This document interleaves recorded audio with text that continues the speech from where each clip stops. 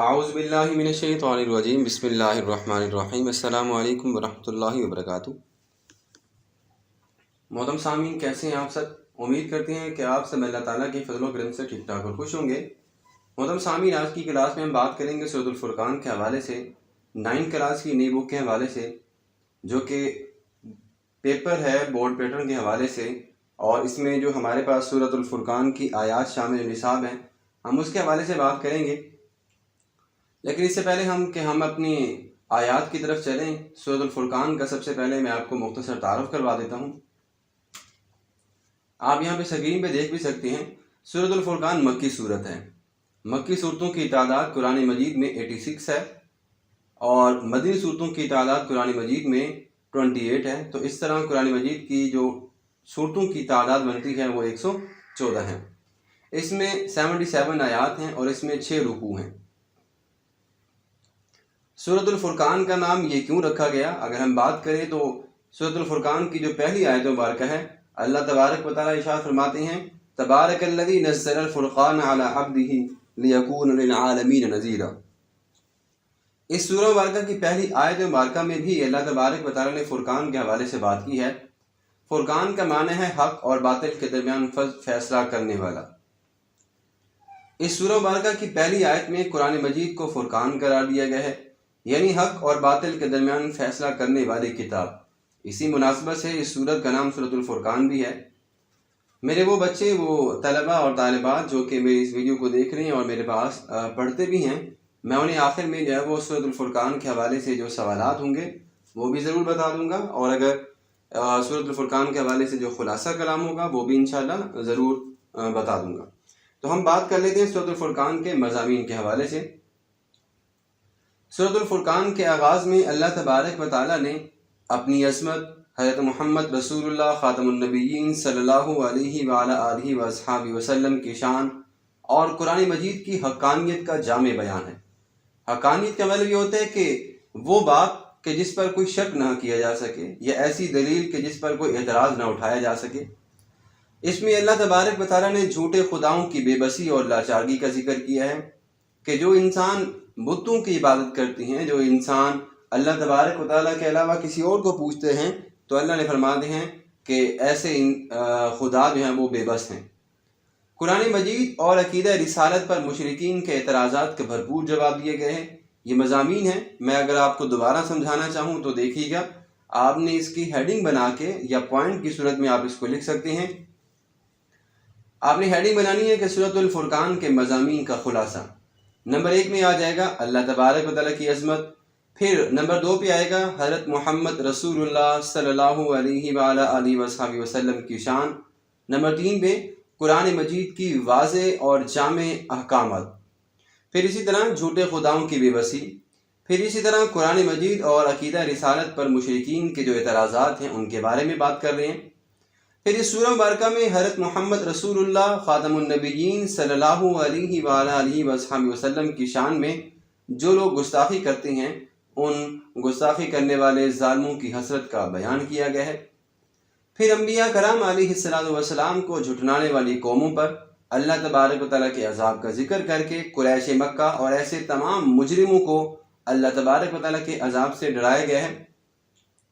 اس سے پہلے کہ ہم آگے چلیں، اگر آپ لوگوں کے پاس یہ والی بک ہے تو آپ یہاں سے بھی خلاصہ کر سکتے ہیں۔ اگر آپ کے پاس دوسری بک ہے جو کہ PCTB کی ہے تو آپ وہاں سے بھی سورۃ الفرقان کا خلاصہ کر سکتے ہیں۔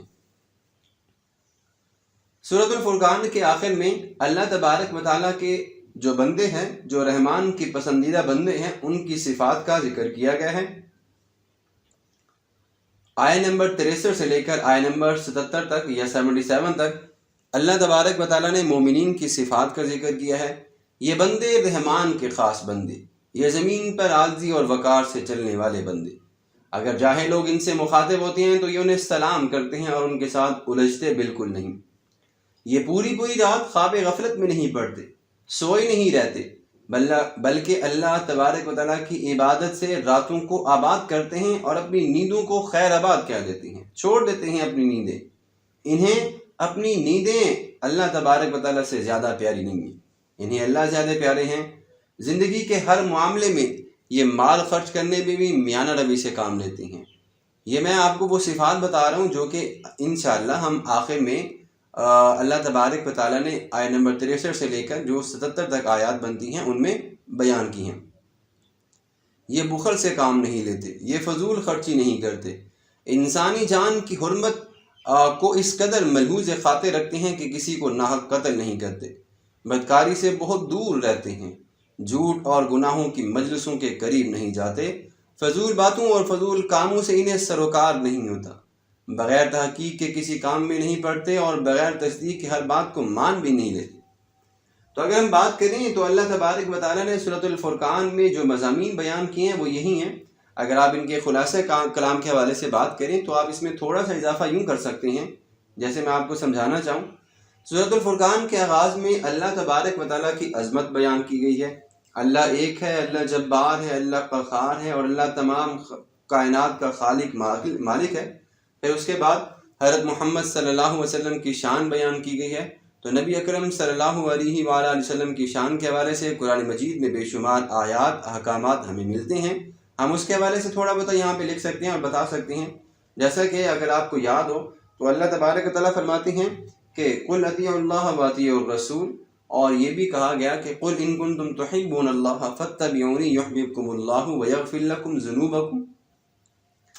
میں اپنے لیکچر کو مختصر کرتا ہوں، اور اسی طرح اگر ہم بات کریں تو آگے نبی اکرم صلی اللہ علیہ وسلم کی رسالت کے بارے میں بات کی گئی ہے۔ تو اس بک کے حوالے سے جو نئی بک آپ کے پاس ہے، ٹیکسٹ بک، اس میں آپ کو عقیدہ رسالت کے حوالے سے، عقیدہ توحید کے حوالے سے، نماز روزے کے حوالے سے بے شمار مکمل تفصیلات کے ساتھ اوراق مل جاتی ہیں۔ آپ ان کا مطالعہ کر سکتے ہیں تاکہ آپ کو اس مضمون کے حوالے سے کوئی بھی کمی باقی نہ رہے۔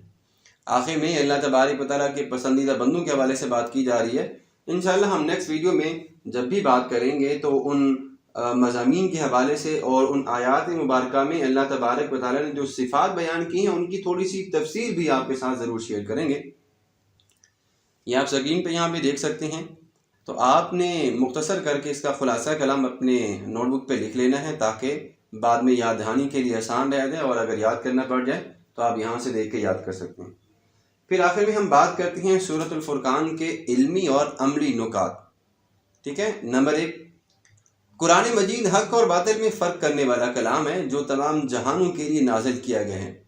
یہ سورۃ الفرقان میں ہے۔ اللہ تبارک و تعالی حضرت محمد رسول اللہ خاتم النبیین صلی اللہ علیہ وآلہ آلہ وصحبہ وسلم اور قرآن مجید پر جو اعتراضات کا بنیادی سبب وہ قیامت کو جھٹلانا ہے۔ برے لوگوں کو دوست بنانے والے دنیا میں بھی نقصان اٹھاتے ہیں اور قیامت کے دن بھی اپنے آپ پر افسوس کریں گے۔ قیامت کے دن حضرت محمد رسول اللہ خاتم النبیین صلی اللہ علیہ وآلہ آلہ وصحبہ وسلم اللہ تبارک و تعالیٰ سے عرض کریں گے کہ میری قوم کے بہت سے لوگوں نے اس قرآن پر عمل کرنے کو چھوڑے رکھا ہے۔ یقین کریں کہ قرآن پر عمل کرنے کو اگر ہم چھوڑ دیتے ہیں تو پھر ہمارا کوئی بھی حل نہیں، پھر ہمیں کوئی بچا نہیں سکتا، کوئی فلاح ہمارے پاس نہیں آ سکتی۔ نمبر 4، اللہ تبارک و تعالیٰ کے خاص بندے خاص صفات کے حامل ہوتے ہیں۔ اللہ تبارک و تعالیٰ کے ہاں کسی کو خاندانی حسب، نسب، زبان یا خوبصورتی کی وجہ سے مقام نہیں ملتا، بلکہ اچھے کردار اور اچھی صفات کی وجہ سے اور اعلیٰ تقوی کی وجہ سے اور پرہیزگاری اختیار کرنے کی وجہ سے اللہ تبارک و تعالیٰ کی بارگاہ میں بلند مقام ملتا ہے۔ حدیث نبوی ہے صلی اللہ علیہ وآلہ وسلم، کوئی بندہ قیامت کے دن اس حال میں پیش ہوگا کہ اس نے اگر کلمہ لا الہ الا اللہ محمد الرسول اللہ صلی اللہ علیہ وآلہ آلہ وسلم کا اقرار کیا ہوگا اور اس سے اس کا مقصد اللہ تبارک و تعالیٰ کی خوشنودی اور رضا کو حاصل کرنا ہوگا، تو اللہ تبارک و تعالیٰ دوزخ کی آگ کو اس پر حرام کر دیں گے۔ صحیح بخاری حدیث نمبر 6423۔ محترم سامعین، آگے ہم پھر سورۃ الفرقان کے حوالے سے بات کریں گے، اور اس میں جو ہمارے پاس سلیبس میں آیات شامل ہے وہ بھی میں آپ کو دکھا دیتا ہوں انشاءاللہ جب ہم آگے پڑھیں گے۔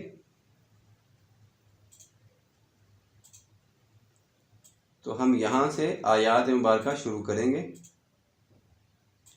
یہ والی جو آیت جس پہ میں سرکل کر رہا ہوں، ہم یہاں سے آیات مبارکہ شروع کریں گے۔ تو آج کی ویڈیو کا ہم یہ بھی اختتام کرتے ہیں۔ سورۃ الفرقان کے حوالے سے کوئی بھی بات ہو تو آپ کمنٹ سیکشن میں پوچھ سکتے ہیں۔ سورۃ الفرقان کے حوالے سے اگر آپ کو مضامین یا اس کے خلاصہ کلام یا اس کے علمی اور عملی نکات کے حوالے سے کوئی بھی بات سمجھ نہیں آئی تو آپ دوبارہ ویڈیو کو دیکھ سکتے ہیں، اور آپ ہمیں کمنٹ سیکشن میں سوال کر کے بھی آپ ہم سے جواب طلب کر سکتے ہیں۔ اپنا بہت سارا خیال رکھیے گا، دعاؤں میں یاد رکھیے گا۔